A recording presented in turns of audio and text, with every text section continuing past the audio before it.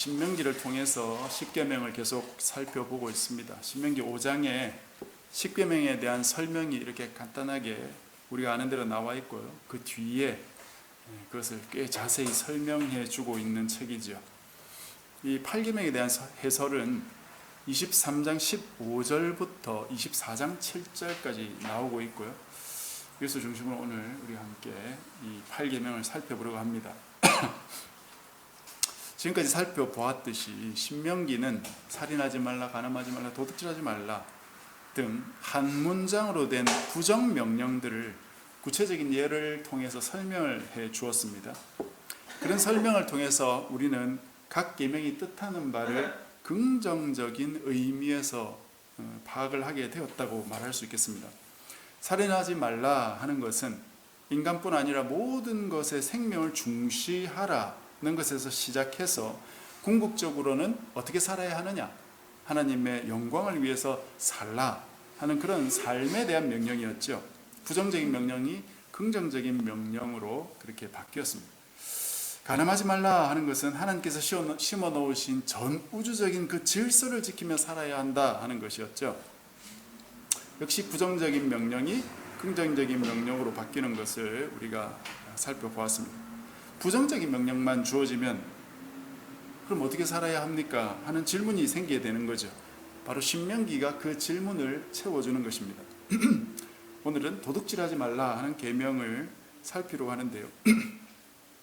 이 계명의 핵심은 진정한 소유에 대한 것이라 할 수 있습니다. 진정한 소유는 하나님이 주시는데 그걸 잘 받으면 남의 것을 굳이 훔칠 필요가 없게 되는 것이죠. 훔치고 싶은 마음은 하나님께서 주신 것을 내가 받지 않았거나 아니면 받아놓고도 잘 그것을 사용하거나 누릴 줄 몰라서 받은 것 자체를 모른다거나 또는 그것보다 더 받고 싶은 욕심에서 나오는 것이라고 할 수 있겠습니다. 이런 내용이 오늘 본문에 복합적으로 나오고 있는데요. 크게 세 부분으로 나눌 수 있습니다. 첫째는 하나님과의 관계에서, 둘째는 소유물과의 관계에서, 그리고 마지막으로는 사람들과의 관계에서 그 도둑질을 살필 수 있습니다.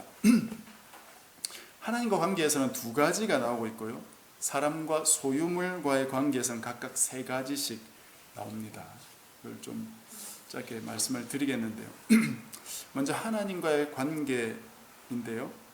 이것은 23장 17절과 18절 그리고 21절부터 23절에 나오는데 17, 18절에는 신전 창기를 금지하는 내용입니다. 고대 근동에서는 풍산을 기원하기 위해서 이방 신전에서 이런 음란한 행위가 있었던 겁니다. 땅의 생산력이 신에 의해 이루어진다고 믿었기 때문에 신전에서 그 매음을 함으로써 땅과 신을 결합하는 그런 의식을 가졌다고 합니다. 이 의식을 통해서 땅의 생산력이 촉진되는 거죠. 그래서 말하자면 풍년이 되도록 기원한다 이 말입니다. 그래서 이스라엘에는 이런 믿음을 용납할 수가 없었죠.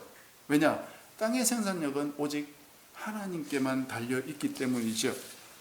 따라서 이런 신전 매음은 하나님의 능력을 침해하는 일종의 영적인 도둑질이라는 것입니다.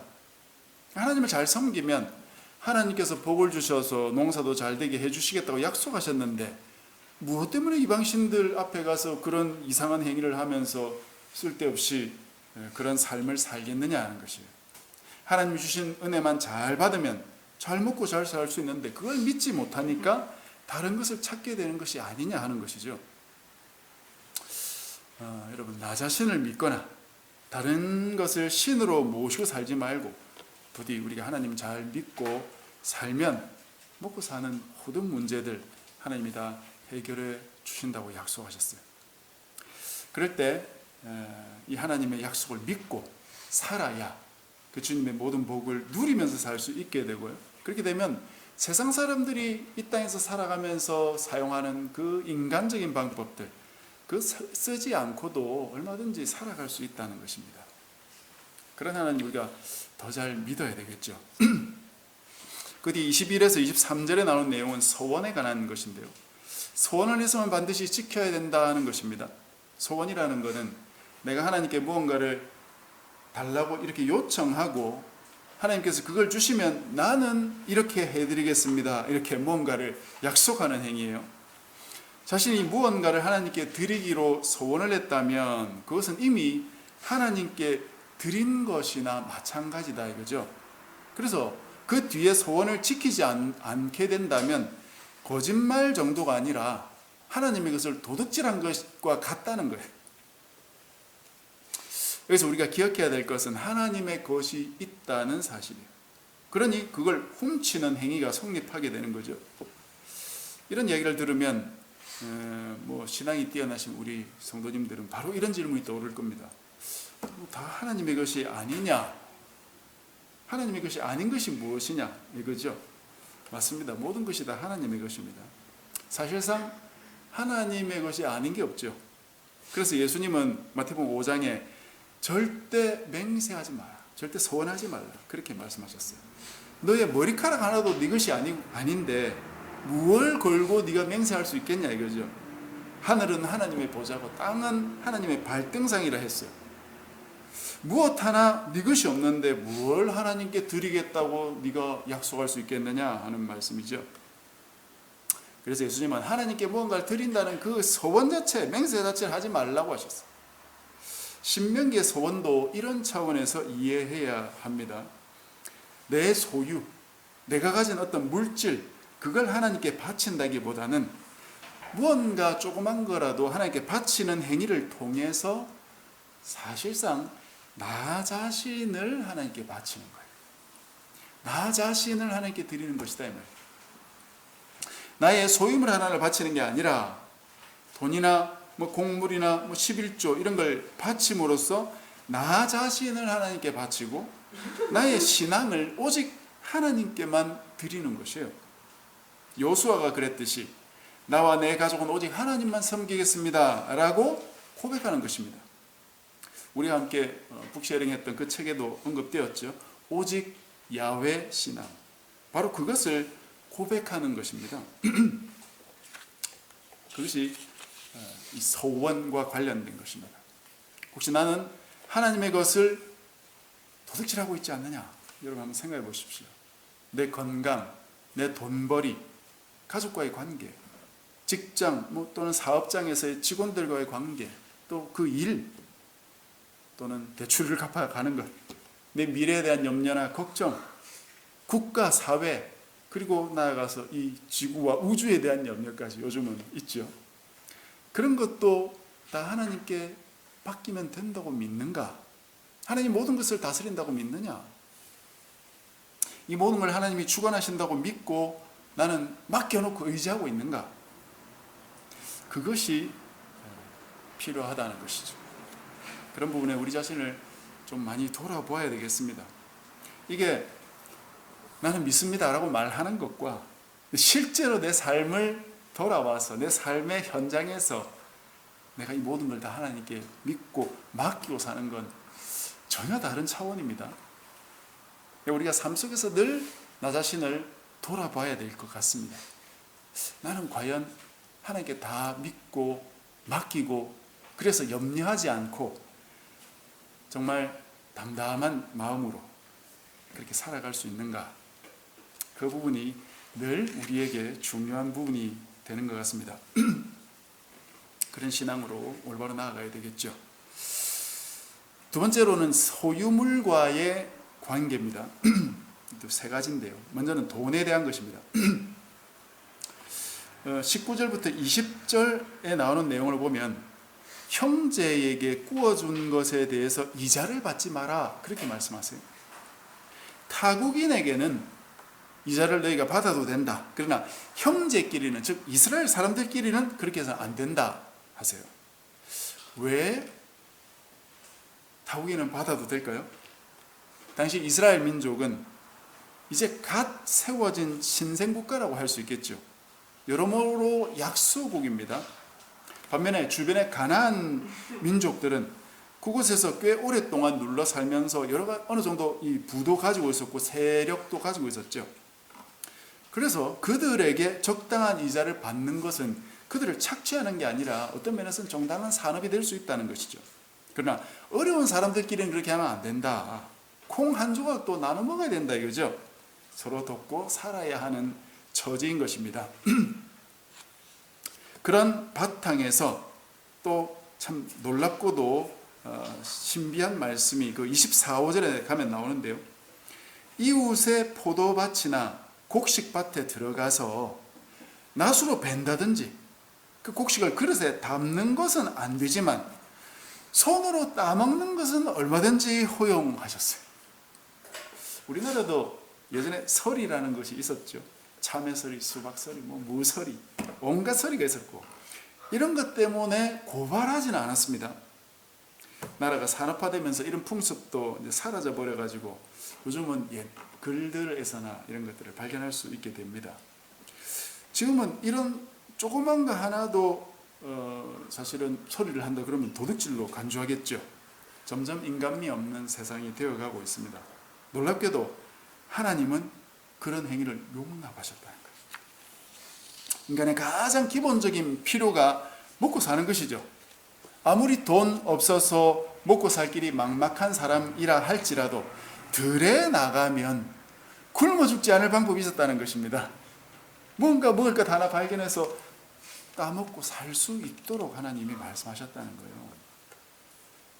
오히려 하나님은 이런 가난한 사람들의 최소한의 필요를 빼앗는 자들을 오히려 엄벌하셨어요. 그래서 24장 6절에 보면은 돈을 빌려줄 때도, 돈 많은 사람들이 가난한 사람에게 돈을 빌려줄 때도 그 가난한 사람의 맷돌이나 맷돌 윗짝을 전당 잡아서는 안 된다고 말씀하셨어요. 맷돌은 뭡니까? 가난한 사람들이 곡식 깔아 먹고 살던 그 아주 필요한 그 물건이죠. 그걸 전당 잡아 가지고 가져가 버리면 가난한 사람들은 먹을 게 아무것도 없다는 거죠. 그런 짓을 하면 안 된다. 바로 몇 절 뒤에도 이거는 구계명하고 관련이 있는 것인데 과부의 겉옷을 전당 잡지 못하게 했고 겉옷을 전당 잡을지라도 해가 지기 전에 돌려주도록 했어요. 왜냐 그 겉옷이라는 건 아무것도 없는 사람들이 덮고 자는 이불이었거든요. 이런 것도 같은 맥락으로 볼 수 있겠죠. 여기서 우리가 놓치지 말아야 할 중요한 지점이 하나 있습니다. 그것은 바로 도둑질이 가난한 자들에게 적용되고 있는 것이 아니고 부유한 자들, 힘센 자들, 돈 많은 자들에게 적용되고 있다는 거예요. 부유한 자들이 가난한 자들을 착취하는 것을 가리켜 성경은 도둑질이다.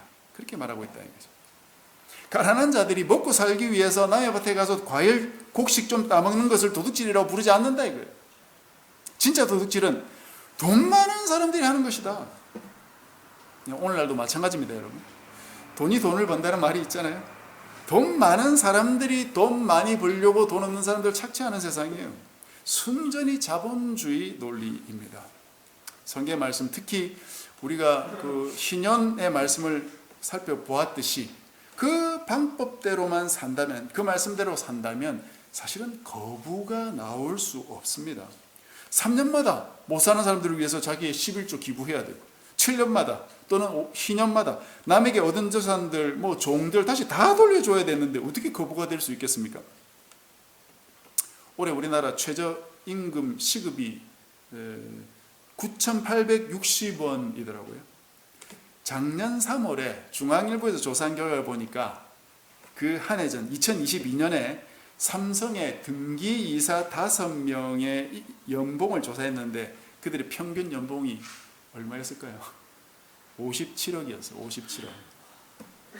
하루로 따지면 하루에 1,585만 원 정도 버는 셈입니다.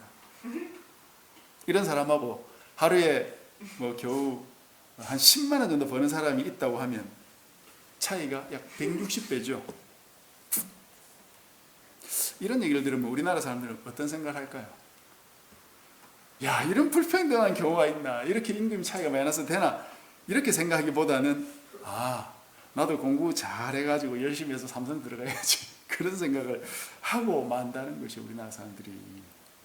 이렇게 임금 차이가 천차만별나면 그 임금 구조 자체에 문제가 있다는 생각은 안 하고 그냥 돈을 더 많이 주는다는 것으로 직장을 얻어야지 그렇게 생각한다는 거예요. 이게 우리나라 사람들의 아주 심각한 문제입니다. 여러분, 세계 가치관 조사라는 그 국제기구가 있죠. 말 그대로 사회의 여러 가지 가치를 세계적으로 여러 나라를 조사하는데 5년에 한 번씩 그렇게 조사해서 순위를 매기는데요. 우리나라 사람들은 세계에서 가장 불평등을 사랑하는 민족으로 조사가 됐습니다.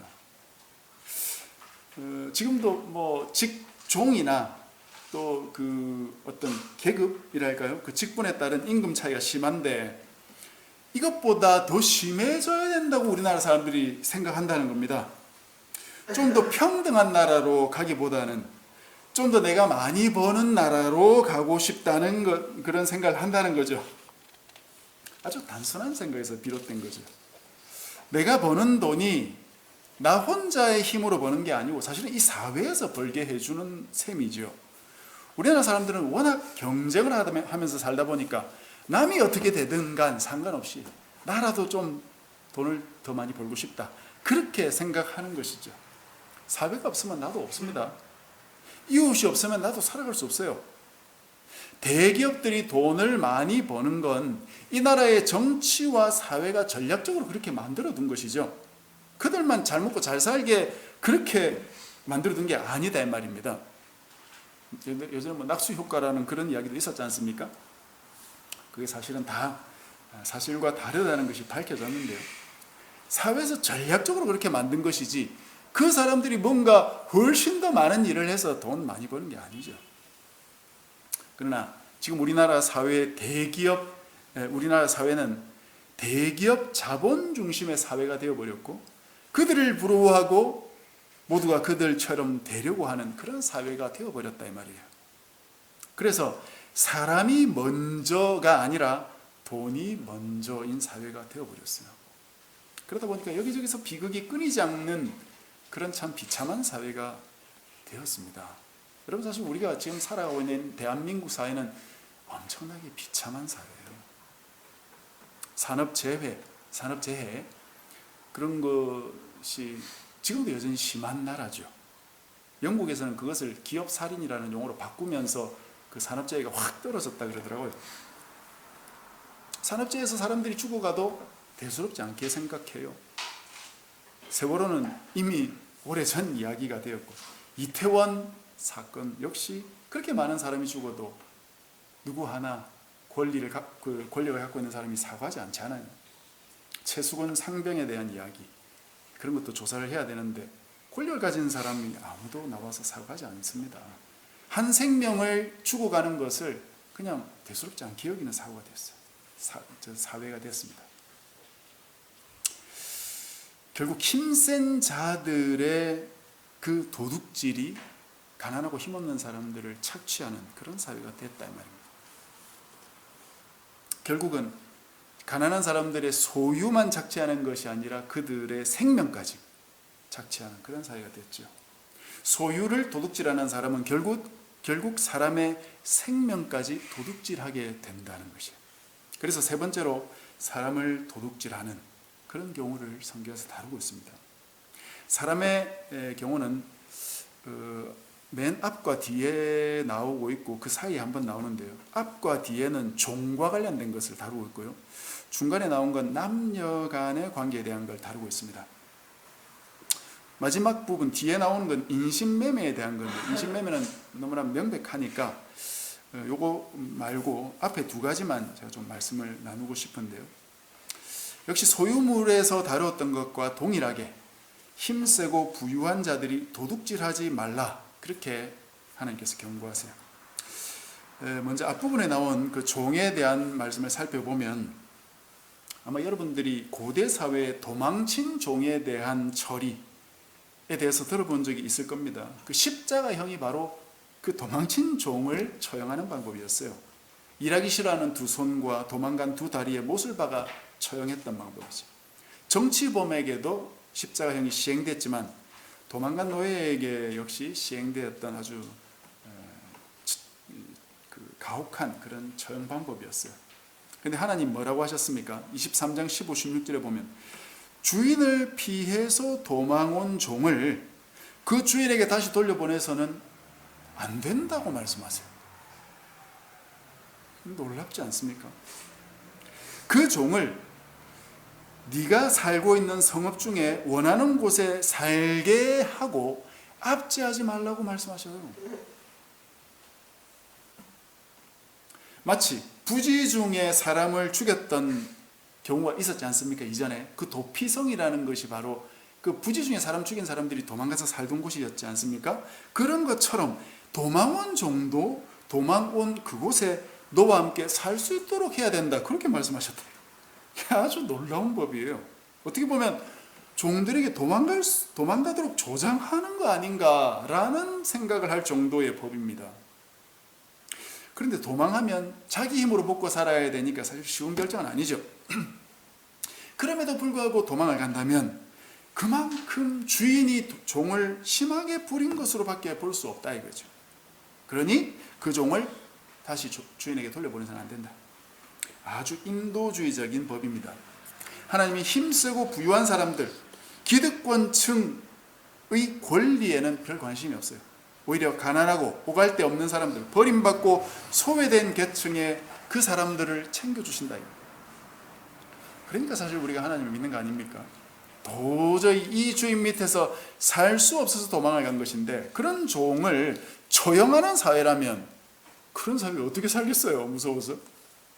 아무리 종이라고 해도 너와 똑같은 사람이다 라고 신명기에서 계속 말하고 있지 않습니까? 여러분, 오늘도 우리가 함께 교독했듯이 그 안식일 계명에서 뭐라고 했습니까? 너의 남종이나 여종에게 너와 같이 안식하게 할지니라. 네가 안식하면 너희 종도 안식하게 된다. 똑같이 대우해 주어야 된다고 말하고 있지 않습니까? 이런 하나님이 없으면 살 수 없습니다.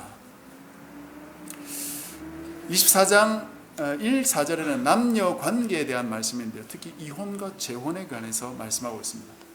7계명이 간음과 관련된 남녀 관계를 말했다면 8계명은 여자를 소유물로 여긴 고대 사회의 그 문화를 담고 있습니다. 남편이 아내를 자신의 소유를 위해서 취하는 것을 금지하는 것이 바로 이 8계명이에요. 이혼은 기본적으로 이혼 증서를 써주면 할 수 있도록 되어 있었습니다.